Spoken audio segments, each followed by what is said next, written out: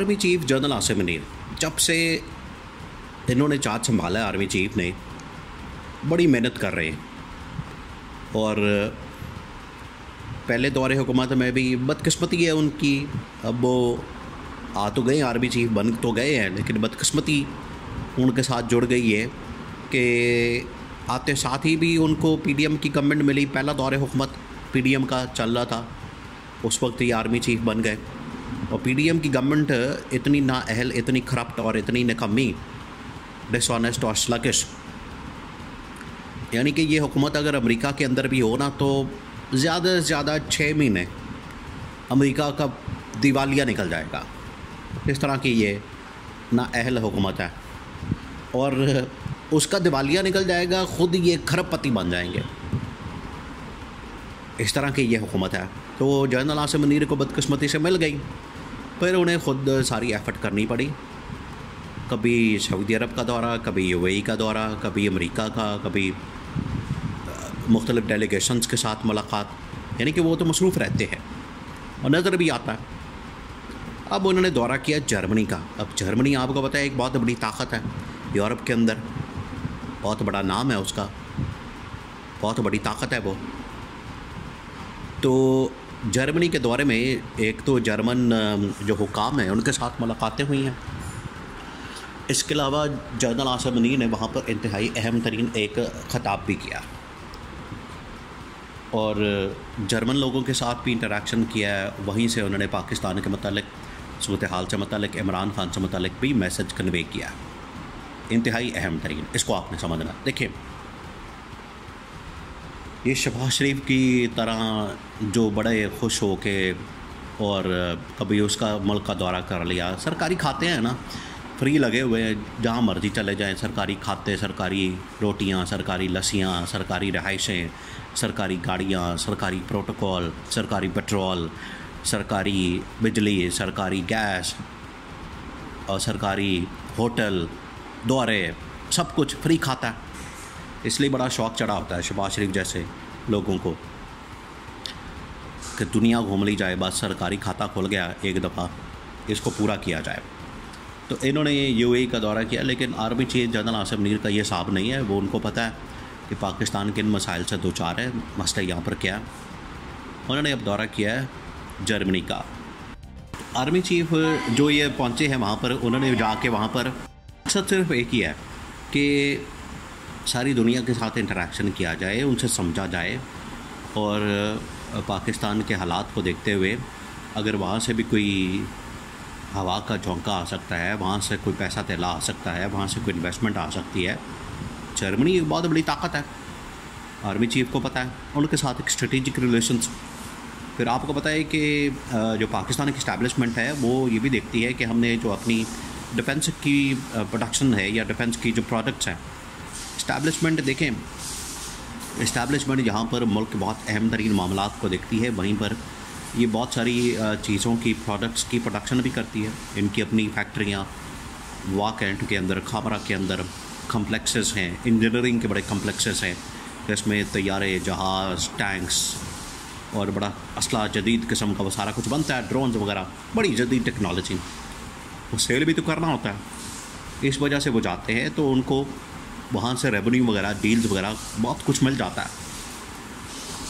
जहाँ पर ये बात होती है वहीं पर बात होती है पाकिस्तान के सियासी हालात और वाक़यात के मतलब भी। लोग पूछते हैं, बात करते हैं, उनके पास सारी इन्फॉर्मेशन होती है, नॉलेज होता है।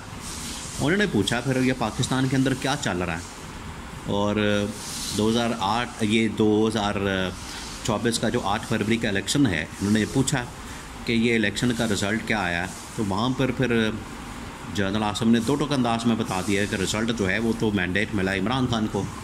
इमरान खान को पकड़ के तो इन्होंने जेल में डाल दिया और आवाम को मेरे सामने ला के खड़ा कर दिया। देखिए, ये जो आवाम के सामने इस्टेब्लिशमेंट आमने सामने आई है, ये किन की शरारत है, यह साजिश है। ये नून लीग की है, पीपल्स पार्टी की है। उनको पता है कि इनको जितना हम आपस में इनका क्लैश रखेंगे, इनकी लड़ाई झगड़े रखेंगे, इनका आपस में आमने सामने रहेंगे, उतना हमारा फ़ायदा है। ये तो अपना फ़ायदा देखते हैं, जो सियासी फ़ायदा है। और सियासी फ़ायदा ये कि इनको हम आमने सामने रखें। इसी वजह से ये 9 मई हर वक्त करते रहते हैं। वो क्यों करते हैं? उसकी वजह यही है कि 9 मई को ये छेड़ के 9 मई का ये राग आलाप कर 9 मई का बार बार जिक्र करके 9 मई को आग लगा के भड़का के इनको गुस्सा दिलाते हैं। और देखिए शहबाज शरीफ एक अनोखी लाइन लेता है सारी दुनिया में। 9 मई के ऊपर कहते हैं जलाओ घिराव हुआ, GHQ के ऊपर, कोर कमांडर के ऊपर हमला हुआ, चले समझ आ गई। अच्छा, शहबाज शरीफ अनोखी बात कर रहा है, वो कह रहा है कि नहीं, ये असल में जनरल आसिम को हटाने के लिए ये अंदर से बगावत करवाई गई है। अब इससे पूछे बंदा कि भाई तू इस टाइम वज़ीर आज़म है, तेरी हुकूमत है, तू सबसे अहम तरीन पोजीशन के ऊपर बराजमान है, तो तहकीकात कर और सबूत सामने रखे। लेकिन नारेबाजी करना है।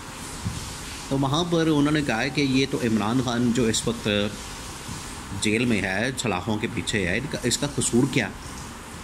इसको तो मैंडेट मिला हुआ है, लेकिन यहाँ पर मैंडेट के बजाय उसको जेल में रखा हुआ है, उसको सलाखों के पीछे रखा हुआ है, उसको पाबंद सलासल किया हुआ है। और जितना जल्दी हो सके पाकिस्तान के मामलात को बेहतर करें।